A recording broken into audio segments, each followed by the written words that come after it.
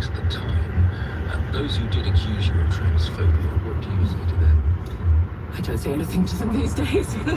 They called me that so long, it just bounces off. I mean, I was very concerned with the consequences of saying that people could say change sex when translated into law, policy, women's rights, where people get undressed in sleep, children's medicine. I mean, you name it. You can't just do something that fundamental and not have enormous social consequences and ethical consequences. And I wanted to talk about them, and I did.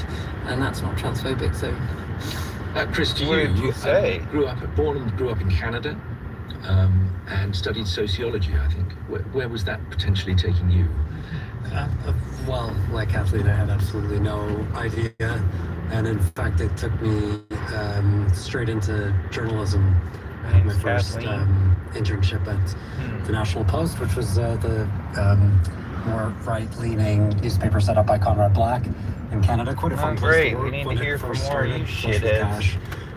Flushed with cash, of course. But yeah, then sort of moved on through various bits of media from there. Started a magazine in America for a few years, a bit like Vice. I don't know if you know anything about Vice. We sort of what was your business model, but unfortunately not its rip-roaring success. And went to Tokyo and now London.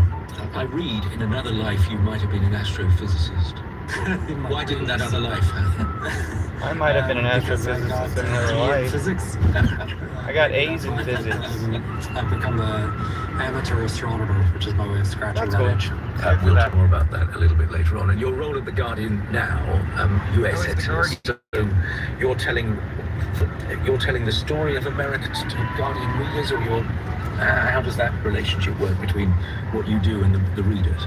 Well, I'm the U.S. editor in the UK, I should say. The Guardian US has its own editor, Betsy Reed, and we now have 200 journalists in 3 different somebody bureaus. from a right-wing paper. In the US, my role is to Be their sort of US look at the editor. US slightly from the global perspective and make sure that what we're covering makes sense to our huge readership. Could flip from Republican to Democrat. President Trump's determination to force sitting Republican candidates who've disagreed with him in any way to leave office is causing his party major headaches. Backed by Mr. Trump, won a primary contest. The incumbent Senator John Cornyn. I guess he's getting beat by James Tallarico. For bipartisan cooperation with the Democrats, and he's the first incumbent Texas senator to lose I guess we're going to support James Tallarico. contest for more than 50 years. Ken Paxton will now compete against the Democratic nominee James Tallarico. AOC at the top of the ticket will be the best. Well, Brendan Steinhauser is a Republican Party way to get strategist Tallarico based in elected. Texas's state capital, Austin, and he began by telling me the story of Ken Paxton.